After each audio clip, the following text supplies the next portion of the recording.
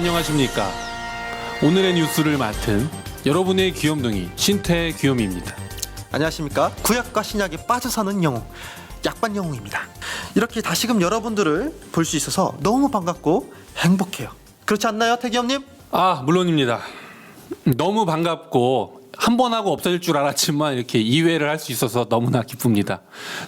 부족하더라도 더 열심히 만들어 보겠습니다, 여러분. 성경을 이해하기 쉽게 읽을 수 있도록 여러분들을 위해 지난 영상에 이어서 오늘도 예수님 시대 상황을 쉽게 설명하고자 역사적 배경을 이야기하려고 합니다. 우리 친구들 준비되셨나요?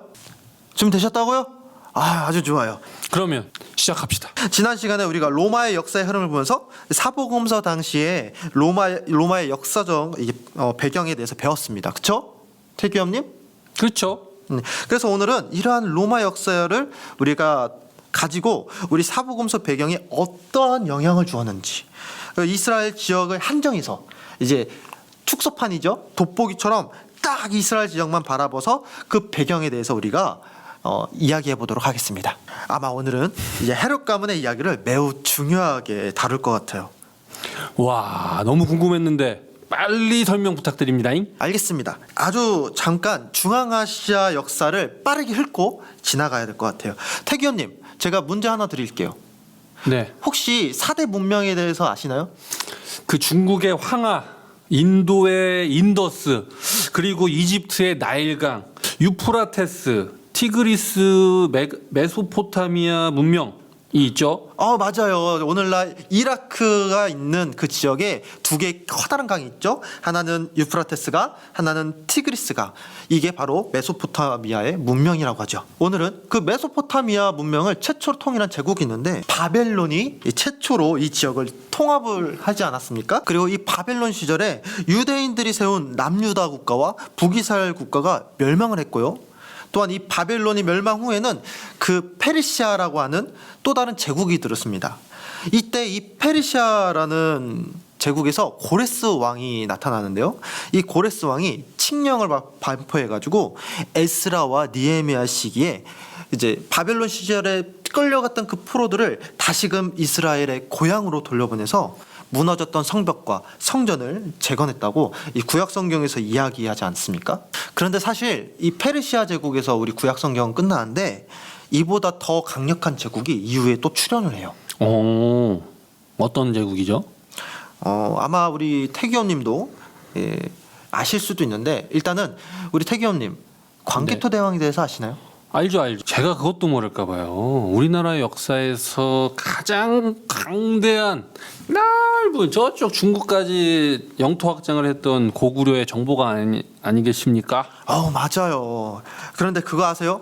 우리나라에 광개토 대왕이 있다면 유럽 역사에 이분이 계십니다. 누구죠? 이분은요, 그리스 출신이시고 3대 문명인 이집트, 메소포타미아, 인더스 문명을 정복한 정보강. 정보강. 예, 알렉산더. 맞아요. 알렉산드로. 바로 그리스의 정보왕 알렉산드로가 우리 구약에 나오는 그 페르시아 제국을 정복하고 유럽과 아시아, 심지어 아프리카까지 이르는 대헬라 제국을 탄생시킵니다. 대단하네요. 그런데 이 헬라 제국의 역사가 너무 명맥이 아주 짧아요. 왜요? 그렇게 큰데? 왜냐하면 이 알렉산더 대왕이 32살에 그 젊은 나이에 일찍 사망했거든요. 태규님, 네? 올해 몇 시즌가요? 저 29이요. 29인가요? 네네. 진짜요? 예. 그러면 태규님, 우리 광개토 대왕님은 언제 돌아가신지 아세요? 그쯤? 맞아요. 참 두 분의 업적도 그렇고 참 다물 부분이 많죠. 그런데 유일하게 이분들이 다른 점이 하나 있는데요. 광개토 대왕에는 장수왕이라는 후계자를 잘 세워놓아서 고구려를 전성기로 80년 동안 사셨다잖아요. 80세까지 장수왕께서 당시에 후계자를 아주 잘 세워놔서 고구려는 정성기에 갔지만 알렉산더 대왕은 후계자를 세우지 못하고 사망했기 때문에 그가 이룩한 이 대헬라 제국은 그의 부하들로 인해서 4개 국가로 갈라지게 되는데요. 그 4개의 왕조는요, 하나는 프톨레미 왕조, 두 번째는 셀루키어스 왕조, 그 세 번째는 리시마커스 왕조, 그 마지막은 카산도 왕조로 분열하게 되죠. 그래요? 요절을 해서 그렇게 되는구나. 근데 제가 알기로는 장군이 3명이었고 이제 3명이 나눠진 걸로 알고 있습니다. 그리고 이 카산더 왕조는 그냥 본토 땅이기 때문에 이제 알렉산더 그쪽에 그 찌그레기 남은 땅을 다스린 거 아닌가요? 맞죠. 근데 엄밀히 따지면 그 본토까지는 흡수하지 않았기 때문에 역사적으로는 이 4개의 나라로 구분하고 있습니다. 그렇군요. 그래서 중요한 건요. 오늘 우리가 바라봐야 할 왕조는 저기 유럽 쪽에 있는 나라들이 아니라 우리 유대인들이 살았던 그 중앙아시아의 왕조를 좀 볼 필요가 있어요. 그 4개의 왕조, 특히 이집트와 유대 지역을 아우르는 나라가 있는데 그게 바로 프톨레미아 왕조입니다. 그리고 이 시간이 흘러 이 왕조는요. 기원전 166년에 아주 잠시 유대 지도자를 중심으로 하는 그 하스몬 왕조가 들어서게 되죠. 그렇게 명맥이 이어지는군요. 혹시 태규현님이 하스몬 왕조에 대해서 좀 설명을 해주실 수 있으실까요? 제 차례인가요? 좋습니다. 기원전 63년에 그 폼페이우스가 로마를 정복하잖아요. 지난 시간에 얘기했죠. 이때 하스몬 왕조가 멸망했어요. 그런데 당시 하스몬 왕조에 조공을 바치던 이 에돔이라는 부족이 있었는데 그들이 로마가 들어오자 하스몬 왕조를 배신하고 로마를 지원해서 하스몬 왕조가 멸망하는 그 거시기가 됩니다. 이 에돔 일족이 훗날 사복음서에 등장하는 헤롯 가문의 전신인 거죠. 아니 헤롯 가문이 로마의 침략으로 그 반사이익을 본 것이고 로마와 헤롯의 이제 지배받는 그 유대인들 입장에서는 나라를 이제 배신한 나라를 판 그 매국노 특히 그 매국노 가문의 에돔 족속이라는 이방 일족에게 유대인 왕이 탄생한 거잖아요. 그렇죠. 그리고 기원전 4년 친로마파인 유대왕 헤롯이 사망하면서 그의 아들들에 의해서 지역을 나누어 관할 지역을 통치하는 분봉왕 통치 시대가 도래하게 되는 거죠. 이때부터 로마의 총독이 함께 유대 지역을 공동 통치하게 됩니다. 야, 이야기로만 들었는데 당시 사회가 얼마나 혼란스럽고 유대인들 입장에서는 분통이 터질 것 같은 그런 심정이 이 자리에서까지 좀 느껴지는 것 같아요. 우리나라가 이런 상황이었으면 저 같았으면 가만히 있지 못합니다. 저는 자랑스러운 대한민국 시민으로서 대항했을 것 같은데. 대한민국은 국민입니다. 국민인가요? 예. 시민은 청주 시민이죠. 청주 시민인가요? 예. 국민으로서 이 한 몸 바쳐 저는 나섰을 것 같은데. 그래요? 뭐 그러시던지요. 아무튼 BC 63년부터 AD 70년까지 비포 크라이스트 63년부터 아노 도미니 70년까지 유대 지역에서 1, 2차 독립전쟁이 반발하게 됩니다. 원인은 그리스계 로마인과 유대인 사이의 종교적 분쟁과 차별로부터 시작되는데요.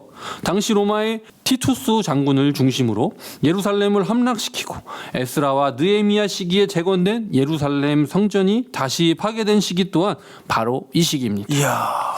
이때 많은 유대인들이 로마의 포로로 끌려가서 로마 도시를 짓는 노동력으로 사용되어졌다고 합니다. 약반 영웅 씨, 이때 지어진 로마의 유명한 건축물이 하나 있는데 그게 뭔지 아세요?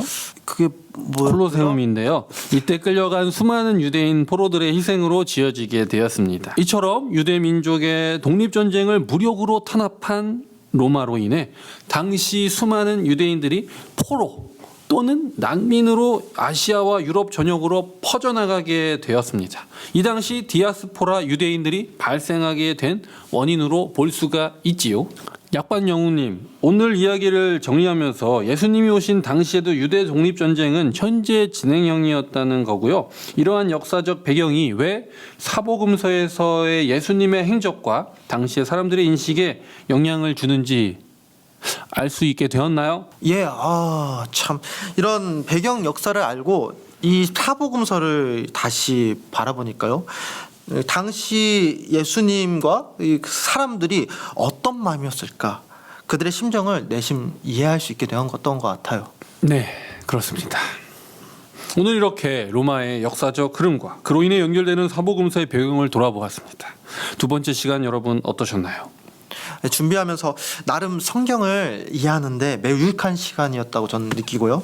다시금 역사란 매우 복잡하면서도 세심한 그 네트워크를 가지고 있다고 저는 봐요. 연결되어 있음을 오늘 이 시간을 통해서 다시금 깨닫게 되는 것 같아요. 네, 다음 시간 또 좋은 모습으로 좋은 영상과 함께 재밌는 유머와 함께 찾아뵙도록 하겠습니다. 그래요, 우리 친구들.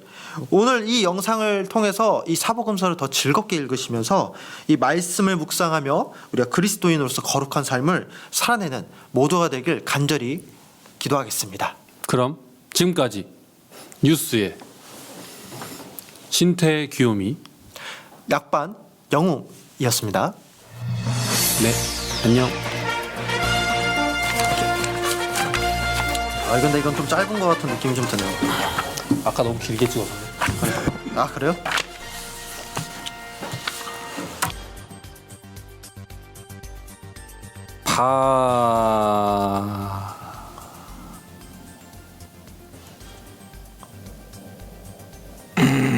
내가 뭐라고 했지?